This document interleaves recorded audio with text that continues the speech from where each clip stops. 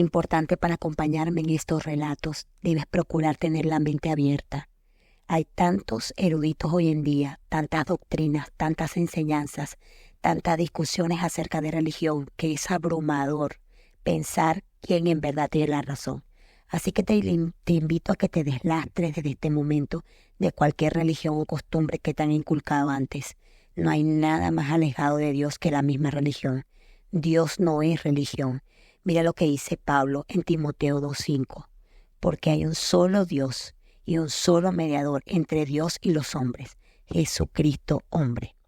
Por el contrario, si hubo un grupo de personas al que el buen y manso Jesús enfrentó durante su estadía en esta tierra, fue justamente a los religiosos de ese tiempo. Mateo 23:1-5 en la versión lenguaje actual dice: tiempo después Jesús le dijo a la gente y a sus discípulos: fariseos y los maestros de la ley son los que más conocen la ley de Moisés. Ustedes deben hacer todo lo que ellos digan, pero no hagan lo que ellos hacen, porque enseñan una cosa y hacen otra. Imponen mandamientos muy difíciles de cumplir, pero no hacen ni el más mínimo esfuerzo por cumplirlos. Todo esto lo hacen para que la gente los vea y los admire. Por eso escriben frases de la Biblia en papelitos que guardan en cajitas de cuero y se la ponen en la frente y en los brazos. Cada vez hacen más grandes esas cajitas y los flecos que le ponen a la ropa para que la gente piense que son muy obedientes a Dios. Jesús criticó la falsedad de los religiosos, sin embargo trató con compasión, amor y dulzura a todos los pecadores. Entonces, esto no se trata de religión ni de exponer ninguna diferencia ideológica entre los que uno cree en un otro. Solo te quiero hablar de Dios y lo que quiero hacer es hacerlo desde mi experiencia propia y desde la perspectiva bíblica. Está bien, ¿en verdad estamos hablando del mismo Dios? ¿Quién es Dios para ti? Si eres como yo, procedente de una cultura latina, es muy probable que hayas crecido con algunas de estas afirmaciones. Creador del universo, ser que vive en el cielo, rodeado de ángeles, tiene poder, dejó un libro llamado Biblia. Al morir o en algún momento, de acuerdo a lo que te hayan dicho, tendrá la potestad de decidir dónde pasarás la eternidad, si en el cielo o en el infierno. Aunque eso puede llegar a cambiarlo a alguien según después cuando te mueras. Castiga a los malos y premia a los buenos, aunque tú no estás muy convencido de eso. Tal vez te sepas algunas historias sobre Jesús, su nacimiento en un pesebre, su vida, milagros, lo recuerdes en una cruz y a veces vestido de ropa muy blanca, sentado en un trono. Puede que así o solo alguna de esas, o quizás otras muchas más. Recuerdo tener 11 años y sentir una curiosidad enorme por Dios. Claro, obviamente limitada situación y creencias en ese momento. Te pondré un poco en contexto. Soy la menor de 5 hermanos y el haber crecido en un hogar sin papá, con una madre encargada de criar 5 muchachos, me iniciaron en un mundo de carencias emocionales que no logré alcanzar a reconocer sino hasta hace pocos años. Recuerdo haber visto en esos años tempranos de mi vida, por alguna u otra situación en mi hogar que no viene al caso en estos momentos, a mi mamá al frente de una imagen en una iglesia pidiendo con lágrimas ayuda. Creo en consecuencia que esa imagen de mi mamá rogando me hizo pensar sobre alguien que podía traer una solución a lo que hacía llorar a mi mamá. Entonces a los 11 años quería respuestas acerca de ese Dios del que había escuchado. Necesitaba ese Dios al que mi madre le rezaba y le lloraba. Porque bueno, si había alguien en quien creía, era en mi mamá. Y ella estaba allí muchas veces parada al frente de una imagen de una virgen, de un santo o del mismo Jesús. Entonces creí que si me conectaba con ese Dios, que se ahondaba un poco más, podía buscar esa respuesta que necesitaba desde muy pequeña. Recuerdo haber tomado la comunión y haberlo hecho con una fe inmensa y una convicción de que tomando el cuerpo de Cristo, siendo una persona buena, clases de catecismo estudiadas y practicadas, podía llenar ese vacío. En ese tiempo mi noción del pecado consistía en algunas malas palabras que a veces enojada decía, la mayoría de las veces escondida, y otras veces algún golpe que le devolvía a mi hermano cuando él me daba uno a mí. Por supuesto, él era más grande que yo y la verdad no era muy rápida, así que muchas veces prefería ir a llorar a mi mamá. De cualquier manera, seguí creciendo en una búsqueda de Dios. Hablé con el párroco de mi iglesia y le dije, quiero ser monaguillo. Así que estuve un tiempo ayudando como monaguillo en la iglesia. Sin embargo, nada de esto me llenaba el vacío. Y entiendo ahora que fue porque nunca tuve una relación personal con Dios. Siempre lo vi a través de la vida de otros, mi mamá, el cura, la maestra de catequesis. Un día cuando tenía 13 años fui invitada a una prédica de una iglesia bautista cerca de mi casa. Recuerdo a un hombre muy alto con un español muy deficiente hablar de que Jesús murió por mí, de que si yo le abría la puerta de mi corazón y le invitaba a pasar, él entraría y moraría dentro de mí. Recuerdo escuchar que Dios me amaba. Quizás lo había escuchado antes, pero nunca había sido tan personal. Sentí que Dios me decía, te amo, Jenny. Eso era un 11 o 13 de junio del año 1983. En ese día tomé la decisión de abrirle mi corazón a Jesús. Quisiera ahora poder haber contado o escribir esta historia de manera diferente, pero no fue así. Quisiera haberte dicho que todo fue mágico y que esa decisión me llevó a tener la vida abundante, plena y victoriosa como la que escuché en ese momento tendría. Pero no fue así. Y aunque a los 13 años me encontraba predicando sobre ese Jesús a quien le había abierto la puerta de mi corazón y del cual me sentía atraída y plenamente enamorada, además de eso me sentía buena, llena de un amor maravilloso. Dios me había mirado y allí estaba, en plena adolescencia, predicando en retenes de menores o cárceles de hombres peligrosos, hablando del Evangelio de Jesús. Empecé a devorar la Biblia e ir a campamentos cristianos. Recuerdo enseñar de Jesús en el liceo donde estudiaba a todas las personas consideradas mala conducta en ese momento, bajo una frondosa mata. Recuerdo sentirme útil para Dios. Llegué a tener un novio que era de los más guapos de la iglesia y aunque habían otras chicas más lindas que yo, él se había fijado en mí y se había enamorado de mí. Y ese muchacho más adelante recibió un llamado de Dios para ir al seminario. Hoy en día es un pastor del Evangelio. Mi vida parecía lo que muchas personas pudieran definir anclada en la voluntad de Dios, pero no terminó siendo así. Hay muchos eventos que por inmadura, orgullosa y tonta me fueron apartando de Dios. No quiero profundizar en todos, pero te voy a contar de uno en específico que marcó esa primera brecha en mi relación con Dios. Y más adelante, cómo lo conecto con que muchas veces no conocemos a Dios. En uno de los retenes a que asistía había un muchacho de unos 16 años. Yo tenía 15. Su nombre era William Cova. Nunca lo voy a olvidar. Era un joven sumido en la violencia, las drogas. Había tantas historias tristes entre ellos, pero rápida, exquisita y milagrosamente me encontraba ese día entre un grupo de nuestra iglesia que se había formado y entre un grupo de chicos que estaban escuchando de Dios. Dios ya lo había tocado y él había confesado a Jesús como Salvador. Así que como muchos otros de los adolescentes que estaban allí, estaban confesando que Jesús era su Señor. Yo me sentía increíblemente bien, me sentía buena, me sentía útil para Dios y allí llegó mi prueba. Recuerdo que esos días no asistí a ninguna actividad en el retén porque estábamos esperando un acontecimiento súper importante en mi familia, que era la llegada de nuestra primera sobrina niña. Recuerdo venir en un autobús para mi casa, luego de estar haciendo algo en el centro de la ciudad, y escuchar a dos señores como de unos 40 años decir, ¿escuchaste lo que le pasó a William Cova? Y el otro le dijo algo así como que, ay, pobrecito. Recuerdo sentir una punzada en mi corazón, pero dije en mi mente, no, señor, no creo que tenga que ver con este William del retén. Pero donde quiera que esté William, Señor, protégelo, por favor. Al día siguiente, octubre 1987, lo recuerdo porque ese día nació de mi sobrina y yo me encontraba limpiando mi casa. Recibí una llamada de mi mejor amiga que me dijo, Jenny, ¿leíste el periódico? Y yo le dije, no. Y me dijo, ve y léelo. Solté el teléfono, no era celular, era teléfono de casa. Y salí corriendo a casa de una vecina. En mi casa no había periódico. Y allí estaba la noticia. Joven de 16 años fue tiroteado.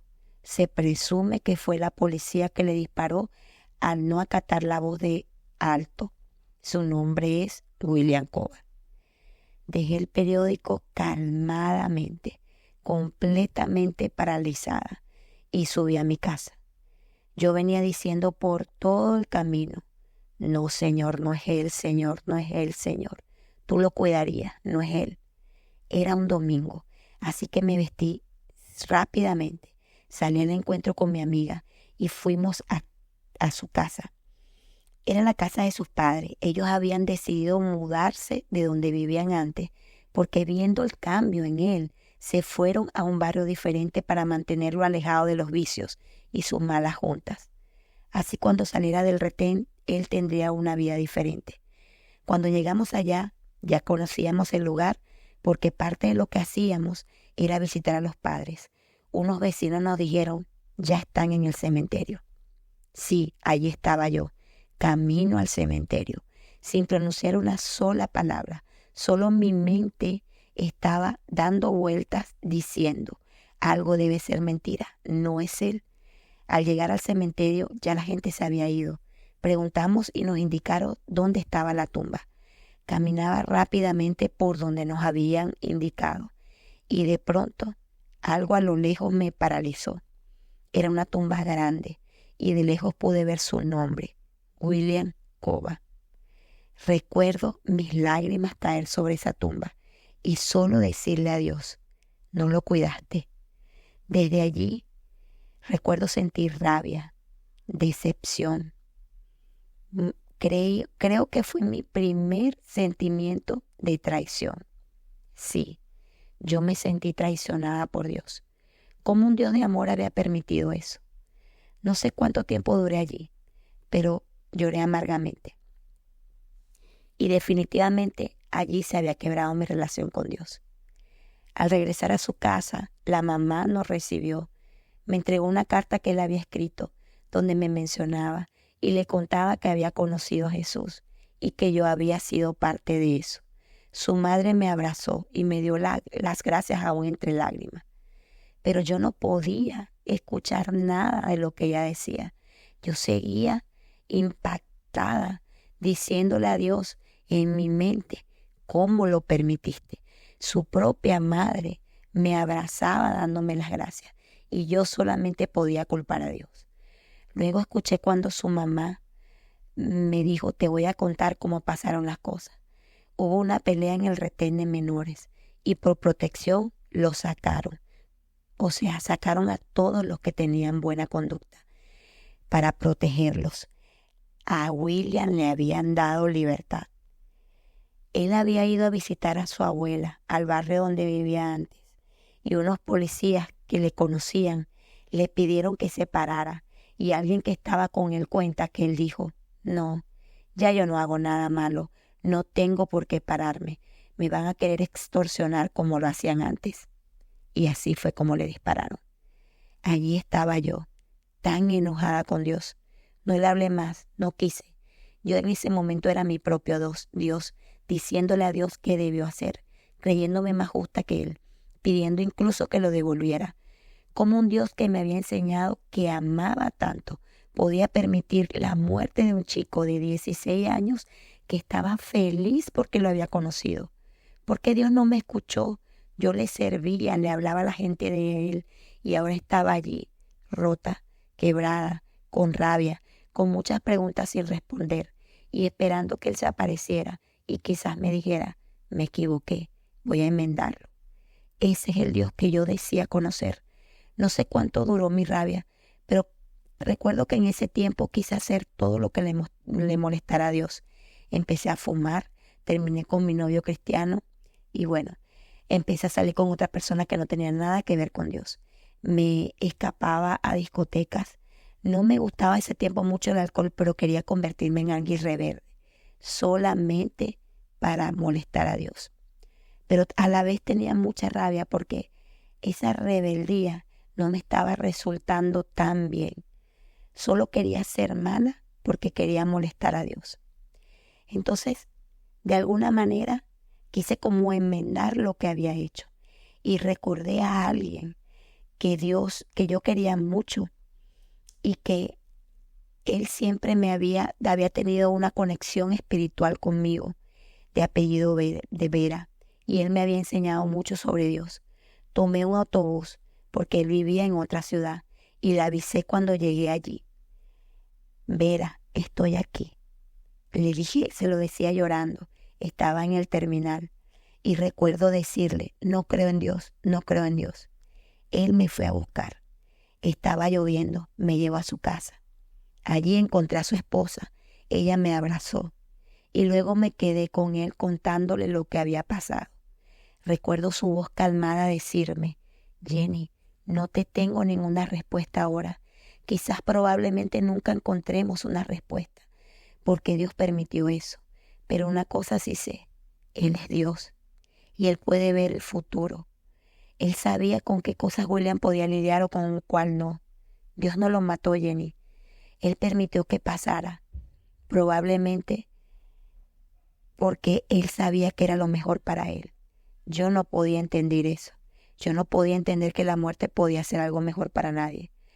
Esas palabras sí me hicieron reflexionar, me hicieron pensar, ¿será que Dios se llevó a William porque quería protegerlo de algo? Me gustaría decir que eso fue suficiente para mí y de alguna manera, sí, me hizo pensar en un propósito. Pero ahora me sentía pecadora, sucia, y pasé de sentirme traicionada a sentirme traicionera. Y aunque en este momento no te contaré mucho más de mi larga historia con Dios, quiero contarte que yo no conocía a Dios. Le estaba hablando de Él, pero no le conocía completamente. Y cómo ese desconocimiento del carácter de Dios me mantuvo por años alejada de Él. Y quiero que esta lección que aprendí sea de bendición en tu vida. ¿Te has sentido traicionado por Dios?